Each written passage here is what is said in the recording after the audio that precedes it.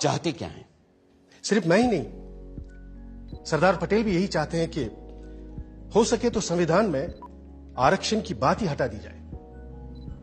मेरे रहते संविधान से आरक्षण नहीं हटने वाला, चाहे आप कितना भी जोर लगा लें मुंशी जी। पर कोई रास्ता तो हो सकता है ना? हाँ, एक रास्ता है। मैं ही हट जाता हूं संविधान की ड्राफ्टिंग कमेटी से। अरे फिर आप लोग जैसा चाहें वैसा संविधान बना लीजिएगा। सुनिए भीमराव सुनिए तो। उस दिन से डॉक्टर अंबेडकर ने संविधान का मसौदा बनाने का काम बंद कर दिया और ये भी संदेशा भेज दिया कि वो ड्राफ्टिंग कमेटी से ही नहीं, लॉ मिनिस्टर के पद से भी इस्तीफा दे देंगे। ऐसे गुणी, मेहनती और जिम्मेदार इंसान के जाने की आशंका से खलबली मच जाना लाजमी था। अब एक ही रास्ता सामने था और एक ही संकट मोचक।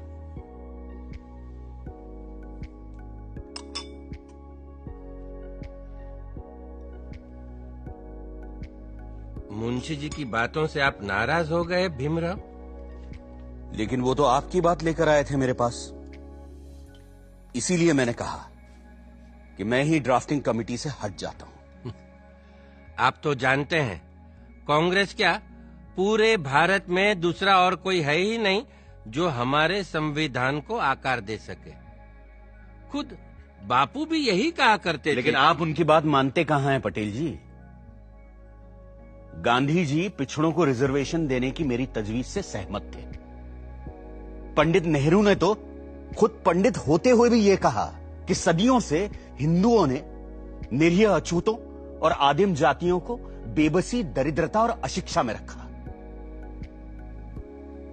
फिर अगर हमें उन्हें सबके साथ बराबर लाना है तो हमें उन्हें स्पेशल ट्रीटमेंट देना ही होगा। आपकी बात सही है, पर आप तो जानते हैं कि बड़े पदों पर हम मेरिट के आधार पर ही लोगों को ले पाएंगे।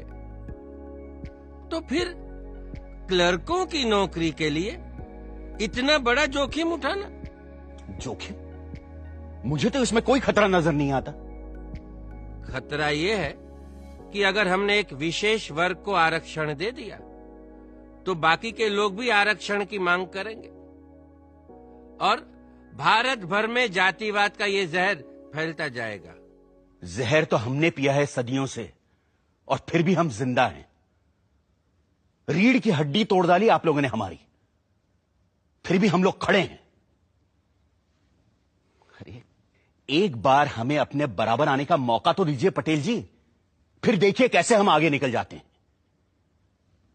और यह काम बिना आरक्षण के नहीं होगा।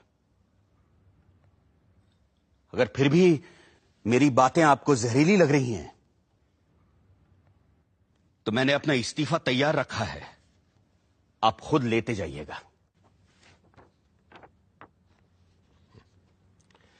मैं बड़ा जिद्दी आदमी हूं अंबेडकर जी, लेकिन मूर्ख नहीं हूं, किसान हूं। देखकर ही बता सकता हूं कि कौन सा बीज कल मुझे अच्छी फसल देगा।